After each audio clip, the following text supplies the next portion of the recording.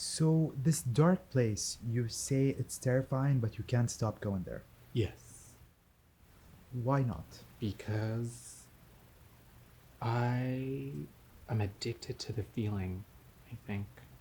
And like it just feels exhilarating and I really love it. But you don't want to be scared, right? No, no. I mean, I shouldn't like this feeling, but if I don't get it, my skin starts itching and I start gnawing at myself, like compelled to seek out this feeling, like some kind of fix. And if I don't go, I'll get depressed and get like really moody and like I feel like I'm wasting my life. So, right now it feels like I don't have an option but to keep going to the dark place. And what happens exactly at this dark place? Well, I usually can't see much. I go in and I know they're watching, but I can't see them. But like I can feel their eyes on me, And they're just waiting, like salivating for me to start talking. And I, feel my heartbeat in my ears. And I used to take a deep breath, and like this fear transitioning into euphoria thing happens. And then I start talking, and they start laughing.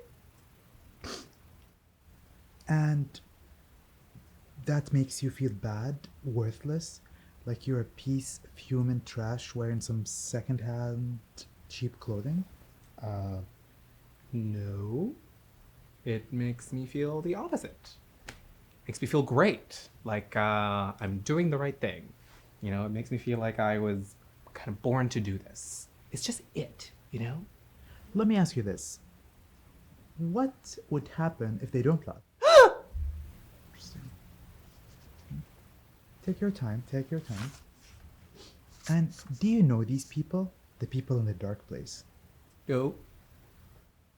They have to be strangers. They have to be Absolute strangers. complete strangers. So you're compelled by something to seek laughter from absolute strangers in these dark places underground. Mm-hmm. Yeah. And I can't stop.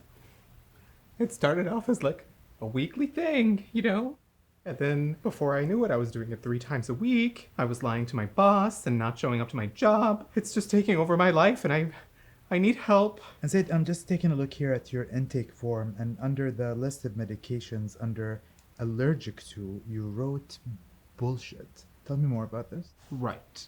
I would say I'm a truth teller. I observe the world around me and I take note and then I pass on those observations to people.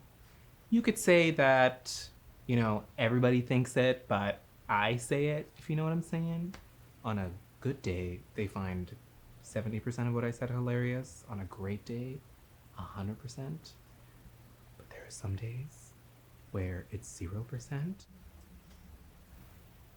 There's no laughter. There's just silence. And there is nothing I want more than for the earth to open up and swallow me up in that moment. Zaid, I'm afraid there's no easy way to say this, right? You've come to the right place, but unfortunately, it's time for me to actually share with you this very rough diagnostic. It's actually a very common case. Let me start by saying that. In fact, half of the patients in our clinic are very similar to you. You suffer from what we call as being a comedian. In fact, more specifically, you are an aspiring stand-up comedian who thrives on doing underpaid and sometimes unpaid gigs in random, poorly ventilated basements across the city. You think that you have a unique take on the world around you and that you are bringing laughter to the world, but the truth is that the only thing that's funny about this whole situation is you and how miserable you are. However, that being said, you've come to the right place. And I'm glad to say that actually we are experts in treating conditions like such as yours. For the very reasonable price of $3,000 as a down payment and $300 per session, I can help you stop in 6 months or Wait, less. stop. Yes, stop. I don't want to stop. Sorry. You don't want to stop? Oh, oh, I see. No. I'm actually just here to promote my next show. To who? To me? We have a great lineup of comedians, and it's a different act every time. And all the proceeds go to charity. And the tickets are like $15. Zaid, you're a comedian in your 40s trying to promote a show in some random basement in the city for $15 a ticket. My hourly rate is $300. I'm 34.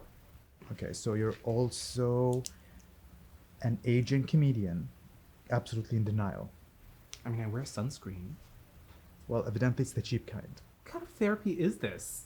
The kind that pays for second houses in Rosedale. Whoa. You have a house?